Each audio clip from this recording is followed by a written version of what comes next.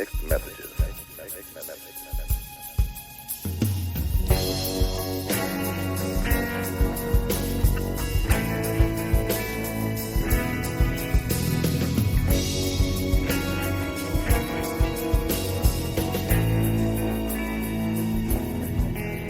Welcome back to Mixed Messages. Looks like we're going to keep doing this thing. Yeah, we are. It's happening. I love it.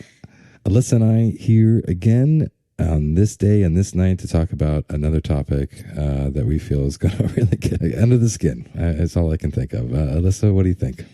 I am nervous and excited to talk about this. But before we talk about things, I don't know if this is awkward on our podcast, but I just want to check in on how you're doing tonight. So you got some stuff. It's actually relevant to our podcast, even what's going on, and it's extreme and kind of random, and right. And I love you. You're my friend, and I don't want any mixed messages right. on our Mixed Messages podcast. No, I'm really glad you called me on that. So anyway, yes, thank you for asking. Yeah, so I am grieving a friend right now that I just lost in the last month. He's a dear friend of 25 years. His name is Zach Lipson.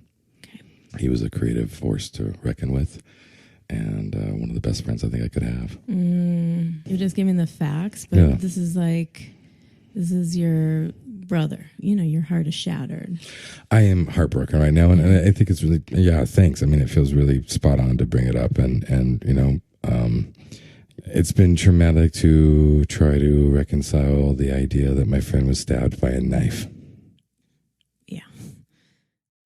I mean, that's many times a whole until he was dead. Level of, right. I mean, there's no explaining anything like this, you right? Can't even. I mean, you don't even have like a practice moment in your life where you envision something like this in your heads. We were day to day. Yeah. Right. Selfishly, as a human being, I can say, "Holy shit! I just lost a major ally." Yeah. I can just say, "I lost a major asset." Mm-hmm. I can just say, "I lost a kindred spirit." Yeah, it's eerie for me. We're hyper creatives, so we want this perfect logo for Mixed Messages, right, and right. the last one he spun out before this happened, I was like, that's perfect, and then less than 24 hours later, he's gone. It's well, I didn't expect to spend the rest of hardcore. my life with Atum, right? I mean, that's Right. a new thing. We don't think about that with our people all the time, and it does sort of go into our topic for the night. You know, when is it time to let go of a relationship at different phases? And the ultimate scary one is somebody letting go by being gone. Yeah, completely dying. It's like we already uncovered our very first one in the show, because death is absolutely the definitive let go moment, and you have to go through that. Yeah. Our conversation will be heavy tonight, but we're going to make it light anyways with our stories. And, Zach would want that. He's I know he's here with us, and he's been a big contributor to the show already before he left. And so, he would want us to really just come bright and come with our light. So let's do it. Okay, great. All right. We'll take the reins a little bit here. Sure. So Heath, you and I were talking about, when do we let go? When do you let go of somebody? And it shows up at different times, right? It could be you just met somebody and you've been on a bunch of dates and you see some red flags, but you see some green flags. And then there's you're a couple years in, you're going to keep going. You have that conversation, like what's happening next? Or, do you let go? Do you keep going? Yeah, those itches or whatever they call them, right? Like the 3-year itch or the 1-year itch, and where you kind of do a check-in and say, are we still on? Is this still happening? Right. And then there's, people get divorced after 20 years of marriage. Right. There's that So version. how does that happen? And then maybe we can even have dip into the conversation of why don't you let go and when do you stay? And so that's I'd love to teeter-totter on that conversation. I think light conversation. Oh, exactly. Just keeping it light here tonight on everybody's behalf. Right? Yeah. And so it applies to all of us. There's a point in life when you have to think to yourself, when's enough, right? Like, when is us not being together the right choice? So one of the things that you've said to me, it's like, some relationships are a season. How long is the season? I believe love comes in a moment, a season, or a lifetime. I love that. And we cannot guarantee it. And this is not a moment, season, or reason bullshit. That was like something that went off and spun off out of control. I'm saying, no, this is very clearly you stumble into love in a moment, a season, or a lifetime. Or they lust, all or have a it is. reason. That's the point. It's not the reason at the end. They all have a reason, right? And so those reasons will reveal themselves, and they're all meant to be celebrated. And I think they all grandfather in that experience we talked about before, right?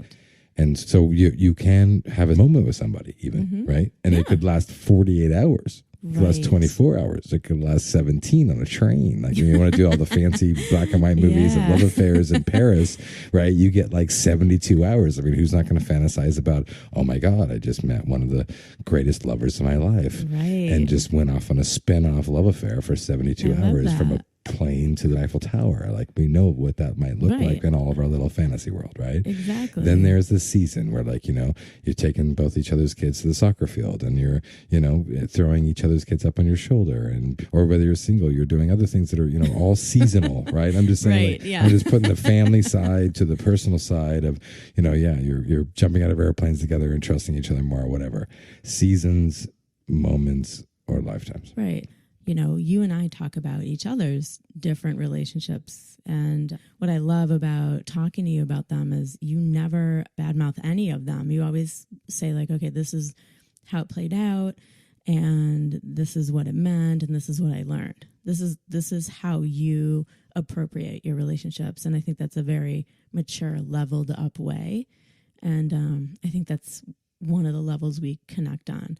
But you're the same way, right? Like anytime. Yeah. I'm going to take the reins for a second here. Take the reins. Just for a second. Just go.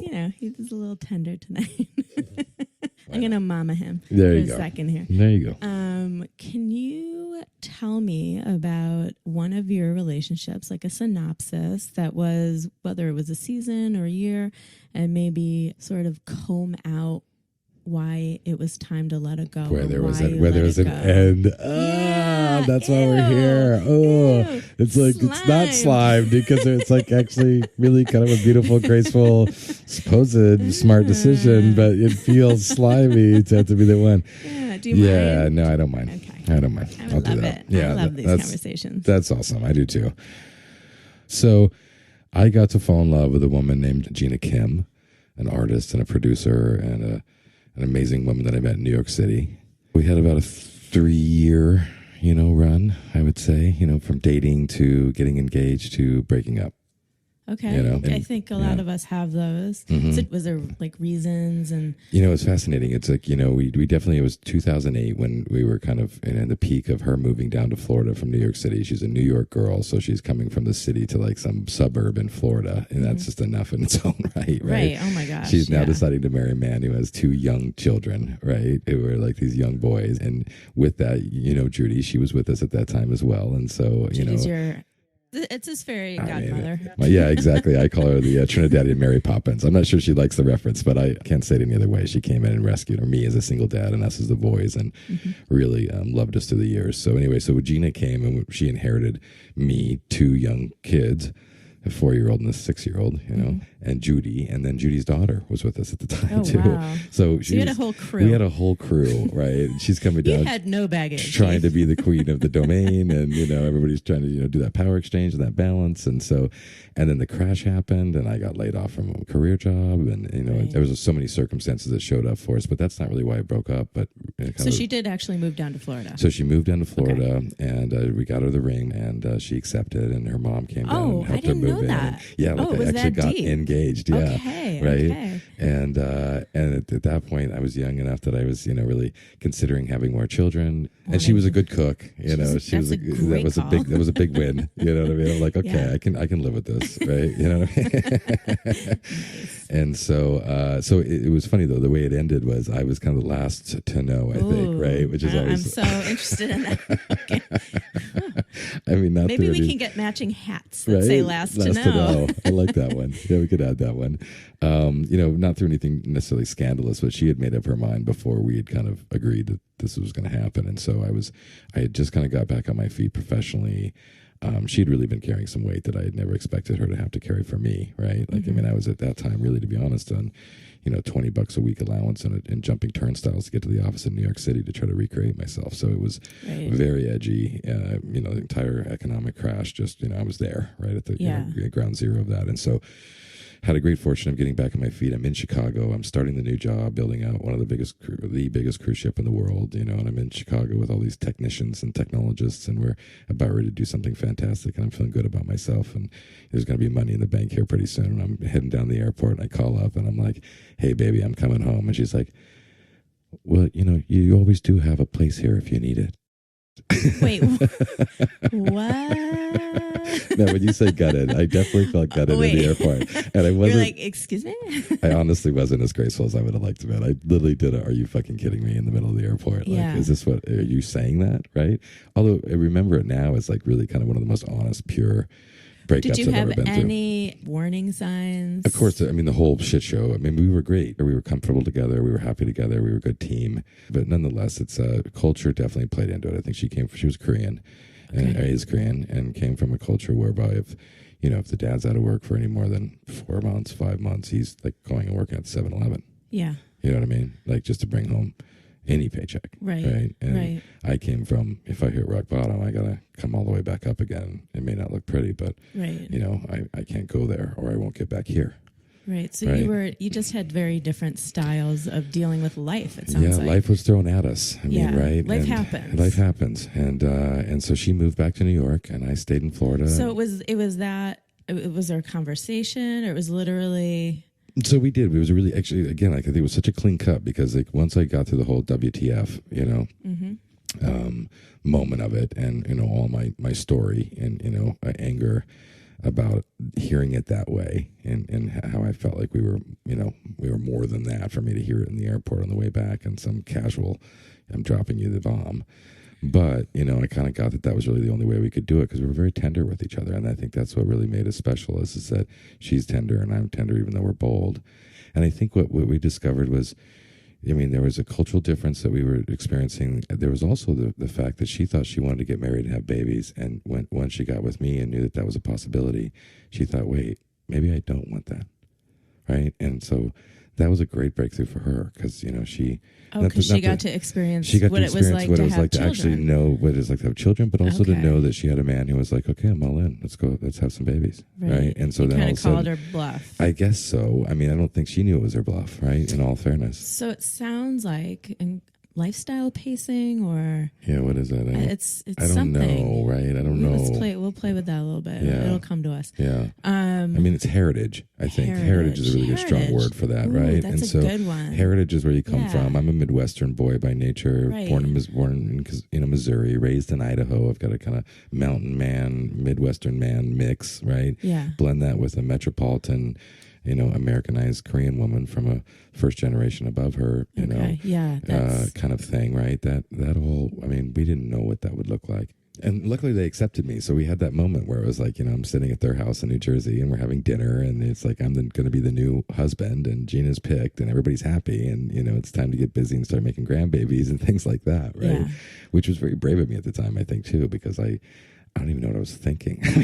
What the heck was I thinking? Maybe you weren't. Maybe you were just feeling. I guess I was really just feeling. So, so we went with that and we played it out to the max. And then it really catapulted her also. She really realizes that she really didn't want to be a wife yet, right? She really wasn't really interested in being like a full-blown wife and mother and a house woman yet. She knew she could do it. She tested all those waters with me in the dating process, so it looked like we could play house, and we could have, right? You can see your truth. That's right. And in her case, it sounds like, maybe you showed her some truth that she thought she wanted. Maybe that was based on heritage. I think we both were like we helped resolve the mixed messages we were sending to ourselves. I hate to be cliche and bring it into the show, right? No. But like really we were telling ourselves, hey, I want to get married and create the second family, or I want to get married and have my children, and this guy looks like he'll work hard for me, and we had what we needed to make the ingredients of what looked like it could have been another kind of instant. Could have been that story. Could have been our story, yeah. right? And then I think what we both realized, and the courage of breaking up, to be honest, because we could have just all of a sudden our parents know, we could have gotten prideful about it maybe and principled and just forced ourselves and got all the way to the wedding vows and had a miserable honeymoon, or I don't even know, right? Yeah. I'm just so glad we did break up in that sense. And I think we have high respect for each other and we're still friends today. That's very cool. And that's a lovely breakup story. We don't get to hear those very often. You don't get to hear them as often, right? I'm sure there was more sloppiness in there than I'm saying, but I think she would agree. We were pretty clean about it, and she helped me grow in so many ways, and I think I helped her grow in a lot of ways. And so we were able to, and that relationships come in a moment, season, or a lifetime. I mean, we had a really good, strong season. When I look back on my timeline of relationships and people I know, there is that sort of 2-year mark. I feel like that is a marker.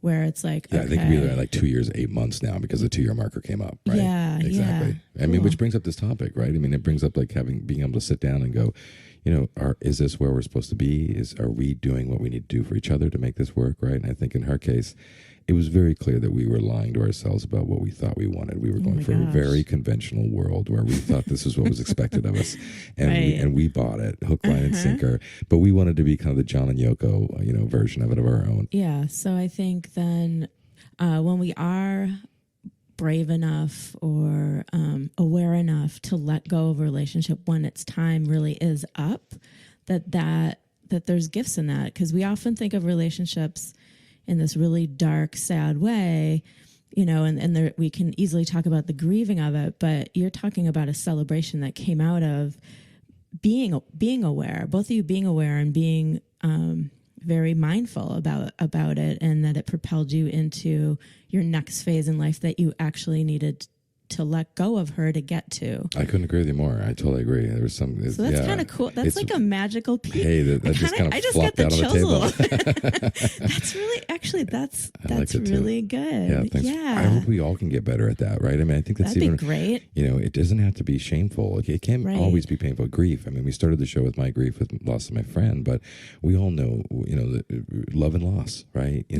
And so you can start grieving a breakup before it's even happened. Oh, right? I think that's common. Yeah. Right. When you kind of know that it's going in that direction. And you're just trying. And now you're just trying to keep it together, right? Oh, I hate that feeling. Right? Don't you though? I think everyone's been there. I think everyone's been there. And I think, I remember Robin Williams, I'm not going to quote him perfectly, but, he'd mentioned there's nothing more lonely than being lonely with somebody else, right? Yeah, and so it's just the worst, right? Yeah. And so, I think we all like to be understood, and I believe that we all want to be fully utilized in our lives, and our love affairs are a part of that, right? Yeah, and absolutely. So, I think okay, so that's like the 2-year mark. There was a 2-year mark. How about you, Alyssa? I mean, you have like what about the short form dating version, the 6-week? Yeah, I got about 3.4 million of those to me. Which one do you want to hear? That's hilarious. That's so awesome. You're so awesome. I don't know how awesome that is. I'm not feeling awesome about it. But. No, it's good. But let's take us down that lane for a second. So I'm going to go back to when I lived in Boston. And I was single. This was before my second marriage. And I met this incredibly successful, sexy, gorgeous Indian man who was tall and he had green eyes. And he was just like mouth-watering gorgeous. What was sort of neat about Raj is Raj's story unfolded slowly. He didn't lead with all his cards, which I talked about in the last episode. How I love that part of our conversation. I actually still think about it all the time. Right. It's like, have a little mystery. So I didn't uncover the fact that he was unbelievably, bizarrely wealthy until I pulled up in front of his house, which there was a gate and crazy giant doors and this ridiculous staircase to get to the door. It was nuts, and Nutty. I had no idea. Wow, how cool! I love that image, though. Right? Who doesn't? Right? It's like, oh wait, this is Roger's house. I must be at the wrong place. I don't know where. Did you think you were at the right place? I did not. No, I didn't know what was going on, and I was really, I was completely. I was almost embarrassed. I don't know. I wasn't sure what to do. I'm like, do I knock? Do I call him? Is there a doorbell? I don't know. Is there going to be a really butler? Wild. I'm sweating. Can't wait to find out how you decide to end this relationship. But yeah, I mean, it's great. So far, I get it is, right? Stick with us, people. Yeah. So anyways, we have an amazing dinner. Right. And I am beyond charmed. I'm like, holy shit. I hit some kind of weird cosmic jackpot because this is like 4 dates in probably. So I had no idea. And I already liked him a lot. I thought he was beautiful and sensitive and interesting and worldly and family oriented and had his own business. We had a date one night. So I'm a single mom. I'm a working mom. He's a doctor. He was late to pick me up. And if you're a single 6 mom, weeks in, or how many weeks in again? We're I mean, a couple months. Exactly in. right. 6 to 8 weeks. 6 to 8 weeks in. That's serious. Yeah. Yeah. So 8 weeks we're now into. Yeah. We know each other. And right? we'll show up on time or something. We'll give a call. That's right. So I remember that particular night. It's funny. I can remember the dress I wore. I was like at that 2-month point. Like I really want to wow this guy. He's wowed me. Like, I'm going to wow him with a fabulous. I'm going to show up. He's going to pick me up, and he's just not even going to want to have dinner. So he's late. I don't hear from him.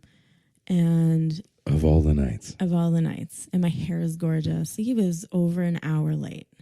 So I'm pissed. And you were looking fantastic, ready to kill it. I was really killing it. Right? Yeah. Shoes and everything. So, I get in the car acting with grace. Like that's my thing. I've been trying to cultivate over decades. I look gorgeous. I think, okay, well, he can look at me and just at least take me in. I don't want to sit down and go full bitch mode. Doesn't even say, oh my God, you look gorgeous. You smell gorgeous. I love your dress is nothing. So essentially you're saying showing kind of disinterest and annoyed by the fact that he's late? He didn't nail it. I was hurt, but nevertheless, I was like, I love the restaurant we were going to. I was feeling myself. I was like, oh, look hot. Right. I'm not going to ruin this. Just don't ruin this night. I got to, right. Yeah, exactly. Yeah, and we're 2 months in. It's like, I don't have to, set the thing on fire. That's smart. So we show up at the restaurant, downtown Boston, valet parked the car. Fabulous table upstairs of this restaurant. We have to walk through the bar. And I was feeling myself, and men were looking. I'm sure you were looking. Fan-fucking-tastic. There's no doubt about it. And everybody was looking, and it was as hot as you think. Yeah. Thank you. Yep, absolutely. Meanwhile, Raj has not said one word. Not, you look gorgeous tonight. Nothing. Zero. So we sit down. Okay, whatever. Order some wine. What's the hurry? Yeah. Just drink the wine and eat the salad and enjoy the dinner. Give it a minute. Right. Give it a minute. Give it a minute is very much in the same category as what's the hurry. So we sit down and he starts interviewing the server. Do you have blackened salmon? Now, we've been together 6-8 weeks. We've been out to dinner a number of times, and it suddenly occurs to me, oh my God, he always orders blackened salmon. What is up with that? That's a pretty safe bet on the menu normally, right? But it wasn't on the menu. Oh. There was no blackened salmon on the menu. So he didn't even open the menu. And Raj doesn't even look at the menu, just says blackened salmon, blackened please. salmon, and not please. No, not please. Oh. And then, the waiter's like, well, let me go talk to the chef. And he comes back and said, I'm really sorry. Yeah, no, we're doing a creme brulee salmon thing. Right, we don't do that. And he got really rude. So I'm like, ugh. So I'm like, you know what? And so, again, we're 4 or 5 dates in. In these moments, I'm like, unless he does some kind of Hail Mary, I think I'm done with Raj. Like, it's just really gross. Like, you pick me up late. Right. Okay. Yeah. You're late. You'd say nothing about how I showed up. Right. And you're really rude to a server. I'm like, a lot of my friends are servers, and like it's just not cool. It was like the record scratch, right? Is that what it was? Yes. Yeah. And it was like off. So bad. How weird is that? It's so weird. How weird, and it's so abrupt. It was abrupt. You're like right in the midst of what could be the magic. Right. And now you're like 180. Yeah. I think in that moment I was like, this is how this person is. First of all, I'm a foodie. I'm not going to sit with someone and chef. Watch them eat blackened salmon as we travel the world. No, not doing it. That's on the list of the no-go. I'm sorry. I need somebody with a little bit more culinary Epicurean experience than just that. Mix it up. I wasn't cool with that. Everything just didn't feel sexy at all about that night. It was like it was a scratch of the record. It was a Wah, wah, Wah, wah. wah, wah. And so you knew. I knew. So so he drove me home, and he got ready to get out of the car, like he was going to sleep over, and I was like, yeah, no, I'm really tired. Really now? He was like, you're like, oh, yeah, you could go ahead and go out home I'm tonight. good. I think you leave the car on. I think I have a sick stomach. I should have had the blackened salmon. Oh but man, I bet you didn't say that, but that's always what I want to say. Right. I wish I would have said that. But no, he was kind of shocked. He's like, okay, well, I'll call you tomorrow for brunch. I said, all right, sure. So he calls me the next day, and I broke up with him. That day? Yes. And he was completely shocked. Mystified. And it was, I would say, about 2 months of him calling and asking questions, like interviewing me about explain why. And at one point I did actually say to him, it really, I thought it was really not mindful or present of you when I got in the car to not say, oh, you look beautiful tonight. Right. And he said to me, oh, I thought you were above that, Elisa. And I'm like, Raj, no woman is ever above being told that she looks beautiful. Yeah. And we're at the beginning of a relationship. Right. It's not going to get any better. It's a really strong point here, right? What's it going to look like in 6 months? Wow. How fast did you calculate that in your head about what it might look like in 6 months? I mean, did you visualize it and be like, here's what it would be like to live with Raj? Or you're just like... No, I think I did. I think sitting across from him at the table, listening to the words, blackened salmon out of his mouth. Blackened salmon. I was like, oh my God, this is going to be every time. And I love dining. Like I love that experience. That's like delightful for me, and that's exploring food, and with your partner. Exactly. Okay. He just sucked that whole joy out of the whole restaurant for me. I'm like, oh man, I don't need another one of these, you know. But oddly enough, even though we didn't share a long time together, he sent me happy birthday for, I swear to you, like the next 10 years of my life. Holy moly. That's a nice little add-on there, right? That Raj was just like so impressed that you had enough integrity and grace and, wouldn't be, bourgeois by all of the wealth to not just take him at who he is and to make your own mind up early on whether or not he was I don't know what, but he was pretty, I made an impression on him. Yeah. So neat. And it was over. And that was that. And that's clean. No need to continue exactly this. Right. And so a lot of people say love hard, right? There's all this, meaning like, put it all in, right? Like, and you were feeling that compatibility moment wasn't happening there, right? And that could have been timing too. It kind of falls into another aspect of why we break up relationships or why they don't work, is maybe Raj is like the guy now that could have been the guy then. Who knows, right? Possibly. But the timing wasn't there. Right. And so between the compatibility, and I really believe in that, right? That's a big piece in what uncovers in our relationships when you said we kind of give it a trial. In a couple of years, you start to really understand how compatible you are with somebody. And right? I think as you get older, if you're single, that if you do some really good personal inventory, you can uncover ahead of time what for sure would be a good compatibility department and what for sure would not. And you don't need all of them, right? No, there's books out there. I remember there was like one I liked. It was called like 12 Steps of Compatibility. And I read a lot of relationship books. It's something I'm into. Who knows why, but I do. And so, and here I am talking on mixed messages.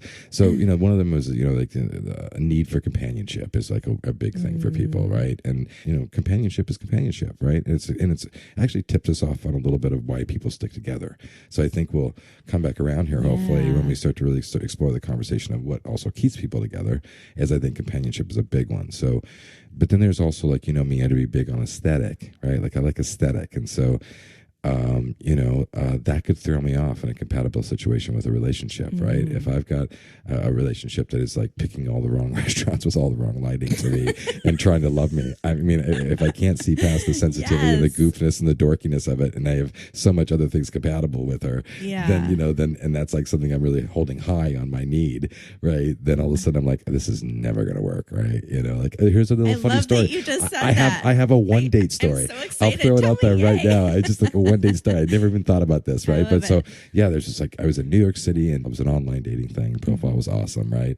So I'm thinking, whoa, this might be like worth pulling out some of the big guns for. So I get like a really cool table at Nobu, right? Call my people up and I'm like, yeah, I'm just going to be bringing in like, I got a little something tonight, Can you hook me up with that back corner table, right? So I try to do like whatever I had any access to at that time. And so we go meet at Nobu and we're sitting down. She's like, oh yeah, I've really been wanting to come here. And, I'm like, great, I'm glad we're here. And I'm feeling like, I'm leading with, right? I'm obviously leading with, right? That's okay. And, but you know what threw me off? What? And it's, I think, kind of an aesthetic thing. I can't wait. Oh my God, are you excited to hear this? I can't even believe it too. She was telling me how she had lived in Japan for 7 years with her ex-husband. So I was so interested because my son and I have a big fascination with Japan, and my younger son and I love Japanese culture in many ways, right? Mm-hmm. And so she's like, I loved it there. And then as I'm like, okay, what do you want to start with? And I'm like, I'm going to get the miso soup. And she says, what's miso soup? She did not. I swear to you, She did it's not. honestly happened. I can't even make this up. I mean, Did you fall out of your chair? I literally went ghost. I think my face just went so white. I'm already a very pale white man, by the way. But yeah, I did, and and I didn't mean to be judgmental. I didn't even know where I rabbit holed that. I just judged her. I'm seriously. I literally just it was over before it began, and we got through the dinner, and then I'm like, let's go do the rooftop at the Gansevoort, and the meat packing, and we'll have a nice little final drink. Yeah. And she's thinking, oh, are you coming back to Queens with me or whatever? And I'm like, yeah, that's a no. No. We won't be hanging out ever again. Over You miso did not soup. know me at miso. See what? This is Heath and I.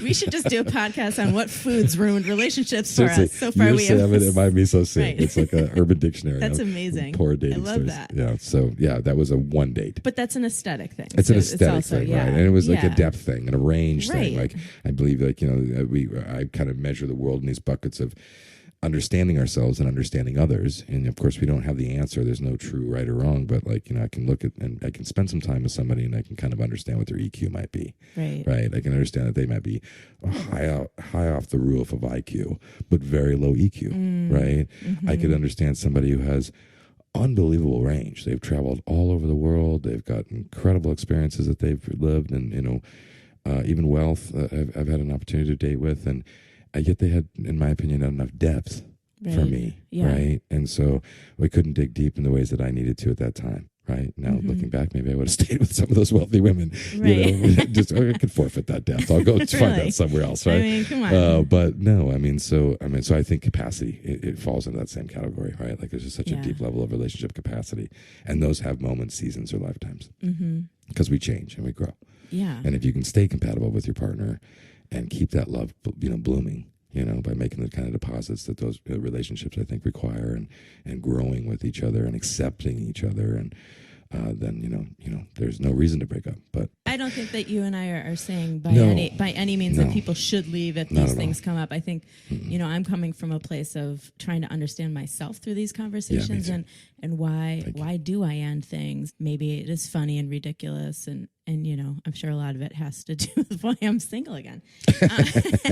Well, there's obviously been ends, right? So it's ended. But my parents, I want to ask on that, right? Because your parents have been together for forever, 30 something or more, 30, 54 years. 54 years, and it's not like they've had this picture perfect, beautiful, no drama marriage. I mean, 54 years. Think about it. There's just no way. Yeah, I mean, it can't be perfect. No, and my dad is, a Brooklyn guy. My mom grew up in Riverdale, but also her family is very wealthy, and so she was born in Riverdale, but grew up in Venezuela. Her father was a furrier before he was something else. I can't even remember, but they came from very different backgrounds, and there's a lot of drama with that. And I can tell you, my dad and my mom are an incredible example of you don't have to let it go. I mean, I don't even know what it is. Is it perseverance? Is it just, they just tenacious? Or they just had I know after a while, they just had so much combined history that my dad's quote, he says, in his Brooklyn accent, I can't do it. My brothers will kill me if they hear me try to do it. But don't do it. Don't do it. Don't do your dad's accent. Yeah, it's too early in the program. So he's like, Alyssa, women are crazy, but I know your mother's crazy. I know you're crazy. I know your type of crazy, and I can make that compatible. We're just going to radically accept each other and make this thing work. Yeah, and I'm not going to say personal things about my parents because I Sure. don't think that's fair. No, it's but personal. I will say this. My mom, she fights through life. My dad has not had an easy time with her. And my mother was a model when he met her. She was 16. And, you know, she's like somebody that smoked cigarettes since she was 13. She still smokes cigarettes. I mean, she's a whole persona. And my dad is like the Brooklyn Buddha. So they're like the most unlikely pair. In a lot of ways. They really truly are. I think part of it is just basic codependency. Okay. You know, I mean, there's that, right? I mean, that's a thing. Yeah, for sure. And it works in this case. It does. There's a sense with my dad that he's completely delighted by my mom. He was throughout his life. I mean, the way he would laugh telling, you know, maybe a dark story about her with like a glimmer in his eye. Like my dad is the ultimate acceptor of her. He loves her. Just radically accepts. Yeah, but he your radically loves her. And radically there loves is her. definitely love there. Okay. And at some point in the past, I don't know, 8 years or something, they did separate for a summer. And my brother and I rallied around my dad because my mom was going through some stuff, and my dad needed some support, and we were helping him. We're like, Dad, my dad's amazing. He's like in great shape. That's awesome. He's almost 75. He's like super active. He's funny. Can't wait to meet him. He's great. Yeah. He's a great guy. So we're like, Dad, you're going to clean up in Naples. You don't understand. Like you. Oh wow, yeah, like, right. What do you want to date? Yeah, like so we were like showing it. We're like, let's just pretend. So we show him online. Let's play a little game, like like what he could date. Yeah.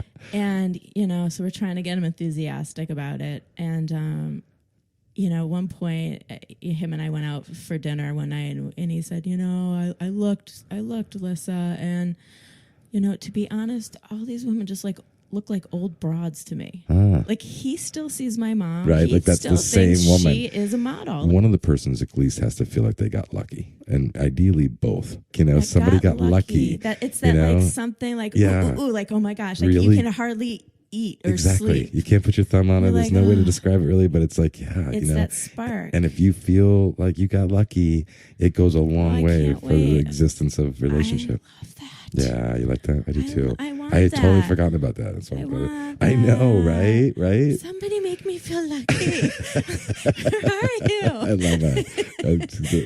Hold the calls, lucky. please. We're not taking calls right now. Sorry. They say it's better to be lucky than to be smart. I love that. And you know, going back on what I was saying about the you know, the compatibility thing, right? Just for a minute on that, I think. You know, I learned a lot about that. So if you prescribe to this one book of like the 12 steps of compatibility, there are people who are very fashionable, all right? And that's kind of the aesthetic thing, right? But it's also materialistic is what they call it, you know? And it's like they have a high value for material. Right. And it's hard to be in a relationship with somebody who doesn't value material with someone who highly values material. I don't think it works. Well, I mean, that's what the book says is that you can't, they're all going to work against you when you're not compatible. But if you have like 4 out of the 12, you could pull it off. If you got like 6, you know, you could pull it off. Like there's lots of ways you could pull off a relationship for the rest of your life if you have the basic compatibility needs met, right? Or at least, you know, or I shouldn't say basic, an average of the 12 that serves you.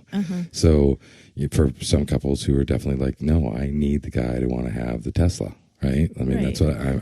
Or you know, a man that needs a woman to be completely done up. I actually had somebody pick me up from a date once at my house. And rang the doorbell. I was like, okay. And he's like, oh, I'm so sorry. I got thought here we had early. a date tonight. No, he goes, I got here early. I was like, no. I'm ready. Ready. This is it. That's hilarious. Like, wow. Okay, this is not going to work out. And by the way, I never look schleppy. It's just exactly, of course, right? And so there's the other side of it, right? Where there's like this need to get out and do culture, right? And so like, you know, they want to go to art gallery showings. They want to go when they go on vacations. They want to go to the Louvre, and they want to see all the things. And then their partner is like, no, I want to read. I'm just going to go crawl into. Well, it's the difference between travelers and vacationers. That's what I say. Okay, right. So there's like all these different. Like I said, it's a whole matrix of compatibility that can and will serve and support a relationship. But I will say that also, I think a pretty powerful thing that I've learned in my life from, you know, having alcoholics in my family everywhere. You know, from my father to my grandmother on my father's side to my. I've experienced a lot of alcoholism in my life, and I think that, you know, in that end, you know, addiction can be also a pretty powerful abrupt ending Absolutely. to a Whether relationship, it's right? drugs Or and a long alcohol drawn or- out ending, right? or Like, gambling or any anything. addiction, Yeah. whatever it is, drugs and alcohol, anything, right? It's like, it's like the addiction can tear apart a relationship. That's an absolutely. ending. That's a whole show. It's a whole show unto itself, That's a right? whole But it would podcast. just But be, yes. be a miss if we didn't bring it up. And No, to I'm drop in glad there. you brought that up. It was important. I actually had, I'm not going to tell the whole story now, but just in between my 2 marriages, I had a 6-year relationship, and it ended due to addiction right. on his end. And it's so easy to see, right? And Yeah. everybody knows why, and it's painful, right? And It's so, very and actually, painful. maybe to bring it back around, right? Like, I'm, me grieving the death of my dear friend. We can grieve when relationships are ending, right? I mean, absolutely. we know that that's a place where you grieve too, right? It's not so obvious that you just go, oh, we're not illogical people, right? No. This is matters of the heart. And so these are hard choices to make. Oh, to they're say, really hard. I mean, some of the most difficult choices of your life, right? It's the death of a death, dream, of right? a Love and relationship, loss, of a right? yeah, Yeah. and I think what's true for both a death of a friend, a loved one, Mm-hmm. and the ending of a relationship is they're all very different on the duration of how long you need to grieve, Right. how you choose to grieve. Yeah, the depth of your grief. I mean, I've exactly. in all of those relationships, I had I grieve very differently. And, Yeah. and I know people that never get over somebody. Yeah. I mean, there's that too. Absolutely right. So I've seen that. So yeah, this has been Grief. Can you I think- imagine not getting over somebody your entire life from a breakup that you wish never happened? I've seen it. I know I have too. So yeah, I feel like this entire episode was really about letting go in various forms. Letting go when we don't have a choice because somebody's passed away. Maybe having the courage to let go. And then Right, maybe just add that, right? Like, yes. That takes a lot of immense courage Yeah. to make a decision to let go in your life. You know, if you're the one who has And to I make think that decision. Yeah, and I think it takes a lot of courage to, in some cases, to keep going, to hang on. And I think that takes the most courage, right? Like, I mean, I love that courage, right? Yeah. And I hope people a lot of wind and winning couples sails who are knowing that they're in it to win it with each other, and they're sending mixed messages that are self-sabotaging their relationship, and we can maybe help them remove some of that, or they can help themselves remove some of it in any ways by just tuning in and helping a little bit, right? Or chiming in with us. I right? love it. That's because great. I would like to see more relationships win it from these conversations. I would like to than, see all of our than relationships creating a domino win it. effect, right? Of like, oh wow, I finally got, I feel courageous enough to break up with my girlfriend now or my boyfriend now, right? Right. Like, it's like, but again, that is also, we don't want to silently suffer. We don't want to be alone, with another person. We know when something is maybe too codependent, or it's abusive, or it's, it's not healthy, right? And I guess that's one of the biggest reasons why you have to do a health check, right, on your relationships and wherever they're at. You and Raj, you did a health check, and you're like, this is not going to feel healthy, and Right. much more long. This was supposed to be the best it can get. Right. My health read on this is not going to be that this is going to be a fun and happy and healthy relationship. Exactly. And so you made a quick call. I did. And some calls are easy to make, and some calls aren't. And some of our audience might be here going, "Holy moly, I'm in a multi-year relationship, and I'm deeply, profoundly in love with this person, but I might be having to make this call right now." Yes, because of right? logistics, or because of addiction, or Any of because, it, right? because of aesthetics, Or there might be some daters out there who are just like, my gosh, I'm literally trying to decide whether or not I'm going to reply to that guy on Bumble tonight, right? Like, I'm just thinking, like, I'm just not picking up what he's putting down or she's putting down, and I'm just going to, like, now that I think about it, there's no Don't settling. settle. Right? Yeah, exactly. No settling. Right. And I guess maybe to leave it with a little something here on the end too, that I came out of this and I was reminded, one of my dear friends, Joaquin, he did give me some great advice over the years on many different phases of my life. And one of them is the door, locks from the inside. When you're in relationship, right, nobody's locked in. And I think that's such a super trap in relationship that really harms the idea of relationship, right? Mm. That you lock yourselves in safely from the inside, and that if you get over that trapped mentality and realize that you can unlock the door anytime you want and leave, and that you and your partner choose each other, whether it be you choose each other daily, whether it's like you choose each other for life, but you check in every quarter. I don't know, check in every year, check out on your anniversary. Are we still good? But at the end of the day, you choose each other, and you're not trapped. And so the door locks from the inside. You can make your choices to know when it's the end, or whether I want to choose it to move forward. Absolutely. Great. I love it. What a cool conversation. Thanks, Heath. Yeah, that was fun. I loved it. All right. It was really good. All right. So I guess that's a wrap. I think so. We'll see you guys next time. Excellent. All right. Bye. Bye.